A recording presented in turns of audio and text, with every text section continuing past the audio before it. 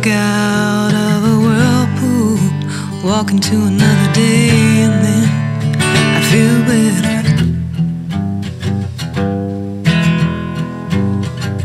Because you came to stay, I almost threw my life away, thinking of what might be if I lose my destiny. Would I feel better than I might feel? Would I see clearer than my eyes would see?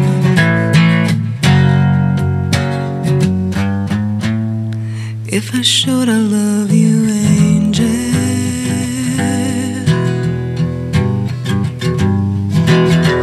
like a square in a circle, try to find another way to win, try to make a better way to the castle that I make, where the moon lights the way and it's invisible by day. I hear temptation sing, yeah, let go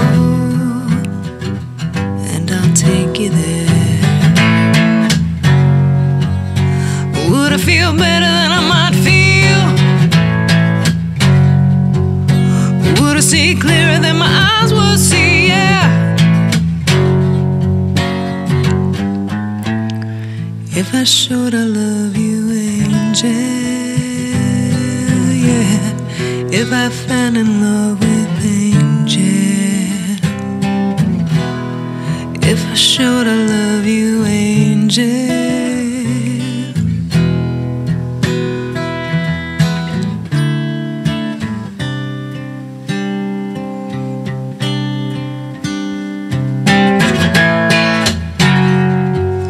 Now would I feel better than I might feel?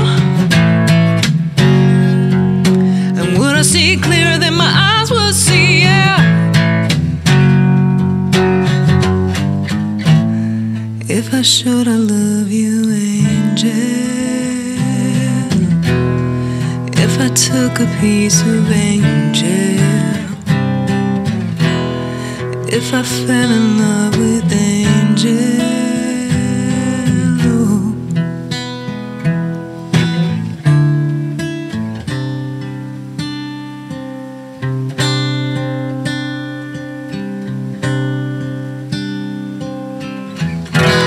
life is hard in a circle, especially when you think you've gone insane, and all you get from love is lots of pain.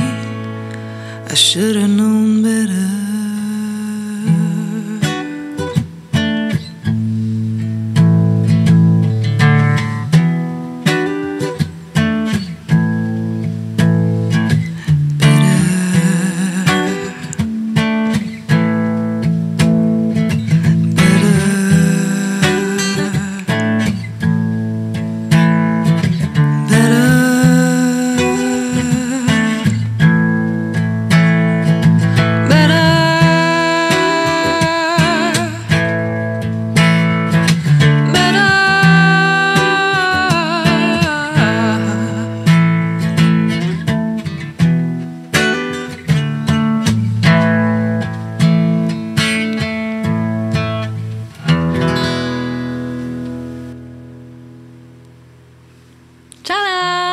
Shout out. Thank you, friends, so much for joining us for another Sugar Lime Blue Sunday shout out. This is Dave. I'm Ashley of Sugar Lime Blue, and this Sunday shout out is going out to Ed Rosen 9600. 9600. Rosen, not sure on pronunciation. Nice. Anyway, Ed, we hope you enjoyed your shout out. We'll see everybody next week with another one. Please like, share, subscribe, leave a comment, ring that bell so you never miss a shout out. We'll see you next week. See you next week.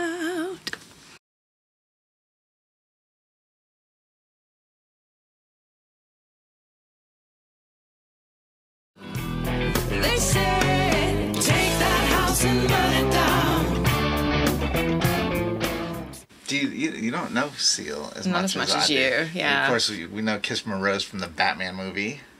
No, I didn't know from the Batman movie. It was just big on the radio. Oh, it was big on the radio, but Yeah. it was also in the Batman movie, I believe. One of the Okay. early ones. I trust think it was you the for Poison it. Ivy one. The one I liked that movie a lot, but I don't know if it was that I one. don't remember. There was one. soundtrack. I'm pretty sure it was a Batman movie. I believe I could you. be way wrong. Hey, I was seems- wrong last week it's on one of those Otis things that's up Redding's there. dates. It's one of those memories. Yeah. Is it a real Yeah. memory or is it a fake memory? Or is it a Mandela effect? Could be. Those are things now. Could be. Yeah, so I like Seal a lot. And I remember that from when I first met you, and we were exchanging, what's your favorite color and what's your favorite animal and who do you like to listen to? A Seal was in your top listing of who you were listening to at the time. very respectable artist, Mm-hmm. I think. I just like his voice a lot. I tend to admire the male vocalists that I have no hope of singing like. Like Seal. He's got this like really dark. It's a very distinct voice. He's got a very really just distinct like voice. I don't know how else to describe it except for very masculine and full, and I Okay. like that. And then I like male vocalists like Warren Haynes and Van Morrison. They can bring that grit. I've never been a fan of the falsetto male vocals. More so lately. I've learned to appreciate it because of the technique and the talent. But when I was growing up as a kid, I liked the music of bands like the Bee Gees. And as I got into my 20s, I gravitated away from them. I didn't really like the kind of nasally or falsetto type of vocals. I'm talking like Bee Gees, Green Day. Was it because that you did it feel gimmicky to you, or did you feel like that was that not being authentic? I think it did feel vocals, gimmicky or- to okay. me, and I don't know that it is gimmicky. I just think that's the way I perceived it at the time. Like now, I think nowadays I kind of respect it as an art form in and of Technique. itself and a technique. I don't know that it's something that I say all this just to say that as a teenager, Michael Jackson was my favorite artist. Oh, yeah, well, so. But it's But, you you know know. what, it can be something that you don't necessarily gravitate toward. And the other thing is, I still like it. Yeah. Michael Jackson had a whole show. Well, the thing of it, That's a whole different. and you know what? thing. There's something to be said for it too, because I've heard all the stories about his dad doing the things to make sure his voice never changed, Right. and stuff like that. So maybe it came across more authentic with Michael because of that type of stuff. Well, he spoke that way too. He He's- yeah, spoke in a he kind of spoke a in really kind of soft. whisper. He was very yeah. soft and whispery, and then when he sang, it I don't know. I have heard- I think it was maybe more authentic. I have heard internet rumors though that Michael Jackson actually had like a deeper masculine voice that he just didn't pull out in public. Really? Mm-hmm. Never heard of such a thing. It's the internet. You're Maybe- gonna hear everything. Maybe he was still afraid of his dad.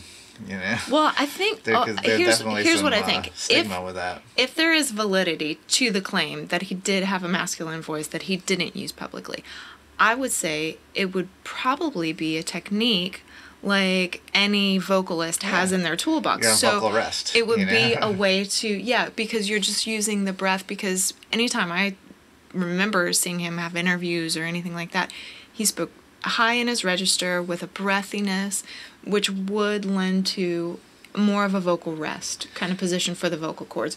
So for him not to be using a deeper resonance would be less vibration on the vocal cords, which could actually irritate, and especially when he was doing show after show after show after show and doing videos and recordings and whatnot. Well, so. that makes sense, and I think It could just be technique again. there's part of that technique. I've heard vocal instructors say one thing that stuck with me early on, that you should speak in a voice similar to how you sing, and that if you want to have a voice that when you sing kind of flows with the melody, then when you speak you should pay attention to rhythm and melody in your speaking voice. So you should go up and you should go down, or low and up and high and down as you get excited, and you should concentrate and use that as an accent in your speech when you're telling stories, because it will come through also when you're singing.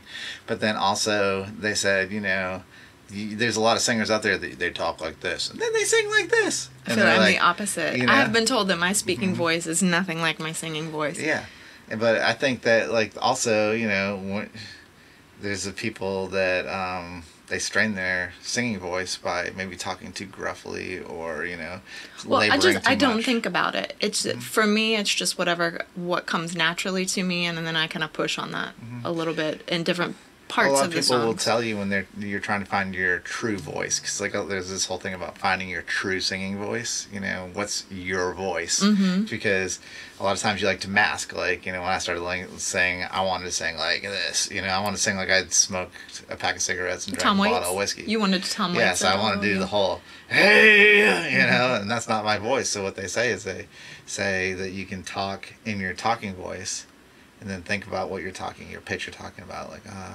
and then just add some air behind it, like That's my true singing voice, or where I should center around. You know, it's weird to think of it like that because, you know, but I think that other people that are blessed maybe with more of a range, their true, like your true singing voice is gonna go a lot higher and lower than your natural speaking voice, whereas mine's probably gonna be more centered around my speaking voice. Well, I gotta say, like, when I was in school singing in like a choir situation, I was in a soprano or a second soprano position in that, but I did always enjoy the alto part because I loved the harmonies that went along with that lower, with being in the alto section. And so I kind of fostered some of the lower, but if you remember, when we first met, I was more comfortable singing in that high, almost a falsetto region of my voice. That's what you've been trained. That's all I had been trained, really. But you actually encouraged me to explore the lower ranges of my voice, and in doing so, I found a lot of, I don't know how else to explain this to non-vocalists, but a lot of peace in singing in my lower register. It feels good to my physical body to sing in the lower register sometimes. When you speak, you don't have a really high-pitched voice. I mean, you're singing, like if you were to put air behind your natural speaking voice, I think it'd match more of what you're singing. You know, even though I think that maybe people that say that doesn't match your speaking voice, they mean more of the attitude and the presence and emotion that comes out of it is shocking, or it's a surprise. I can be a bit of a stoic singer because I do feel like the import and the weightiness, and I've said this before, of carrying the message of the song. So like I am processing and trying to deliver. So I have an internal process for that, whereas when I'm speaking, it's a little more off the cuff, and I get a little more animated, and my tongue can get away before my brain can catch up sometimes. So of course. So I didn't know we were gonna have a vocal lesson today, though. Me neither. Hey, all right. I guess Seal, he's a good vocalist. We gravitated towards that, but he had a great first album as well. I think that anybody that hasn't listened to it should definitely check it out. It's a mix of maybe like half what you would hear in like a dance room at the time, and half acoustic-y ballads, like very this one. Acoustic-y, yeah, very acoustic-y ballads, you know. So I looked up a bit about this song because I wanted to know more, and because this wasn't one that I was intensely familiar with. I was more familiar with Crazy, which we've done as a shout out, and with The Kiss from the Rose on the Grave. And so which we should do as a shout out. This one, Seal fan. This one I wanted to look up and kind of get a little bit more intimate knowledge of. And I found out that in an interview, first of all, Seal listens to a lot of the same artists that I really enjoy listening to. Really? And he finds them inspiring, which I found inspiring. And this song on that album, what he felt the closest to. Really? Yes. This has always been my favorite off the album. Okay, so it was because he had such success with, I think it was Kiss from the Rose on the Grave. I think that was the first. What was the first single? Crazy. Okay. Kiss from the Rose, that's a whole different album. So years later. Whatever was that first one that he had the great success with. Okay, with Crazy. He came up against that pressure to perform. And he felt kind of caught up in that, can I eclipse this thing that sort of happened to me in my natural artistic being? Can I do that again or climb higher than that? And so this song was kind of him processing those emotions of, I feel like I've been touched by grace, kind of a thing. How do I continue? How do I go on? Can I do better? So I thought that was really cool. And also, while I was processing these lyrics, I internalized them as, instead of would I feel better than I would feel, it was would that I would feel better than I would feel. Almost like a blessing to myself. I would love to feel better than I feel. I would love to see clearer than I see. That whole kind of a thing. I think he was kind of like that. I always liked the thought of the song, and it was always my favorite off the album, and the whole idea of would you feel better? You know, it's like you only feel how you feel in the moment, but like somehow the anticipation of the moment sometimes you think is going to be bigger than the moment actually is. Yeah. So like you get caught up in this not living in the moment and feeling these feelings that you don't have to feel. Well, a lot or of that, people, you know, you never will feel. Like you feel them in as a precursor. Well, a lot of people actually enjoy their Friday better than their Saturday or their Sunday, and Sunday is actually the least favorite day, though it's a weekend, because humanity enjoys the anticipation of an event. So Saturday being a day completely of their own that they can have. On Friday, they're looking forward to Saturday more than they're enjoying the actual Saturday. Yeah, I can believe it. And then Sunday, they actually look forward to going back to work. So they're not looking forward to it. Yeah, that is the least favorite day. Well, they're looking ahead because they have to go exactly. back to work. And I wonder, anxiety. I wonder at us doing that. This song kind of embodies that in an artistic kind of view, but us having trouble just being in the moment and enjoying that moment and just being with your feelings. It's a great reminder and a great lesson to live in the moment, for sure. It's really hard to remember.